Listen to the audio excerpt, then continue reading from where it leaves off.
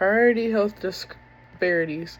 The primary health disparity I would prioritize are cardiovascular disease, diabetes, and maternal mortality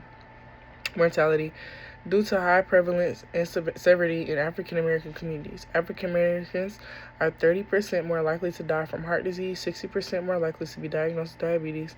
African American women are 3 to 4 times more likely to die from pregnancy related causes.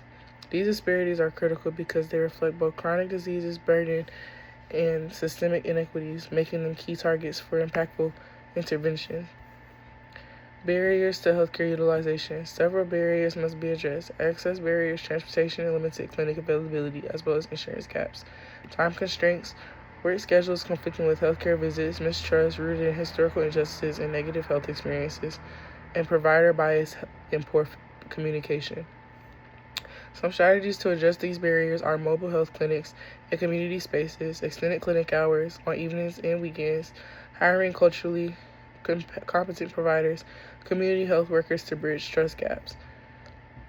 Psychological models for intervention. I would integrate multiple psychological models. Health belief model, which is used to increase awareness of risk, benefit of preventive care, reducing perceived barriers. John Henryism, which addresses high effort coping that leads to stress-related illness, especially hypertension. Weathering hypothesis explains early health decline due to chronic stress and systemic adversity.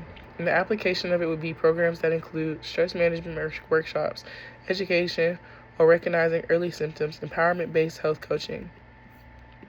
Incorporating cultural models of health. Cultural relevance is essential for success. Some of the key elements to integrate are spirituality, family involvement, traditional practices, and holistic wellness. Some of those implementation examples are a diabetes prevention program hosted in churches could include faith-based messaging, cooking demonstrations using traditional foods, or group support sessions.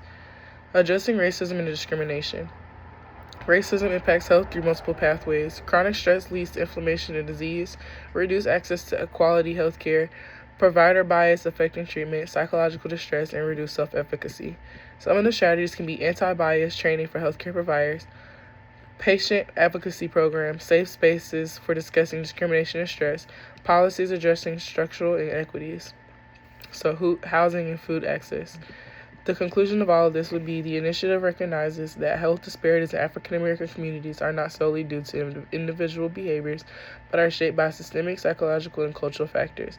By integrating data, culturally responsive strategies, psychological models, and anti-racism approaches, this program aims to improve health outcomes while building trust and empowering the community.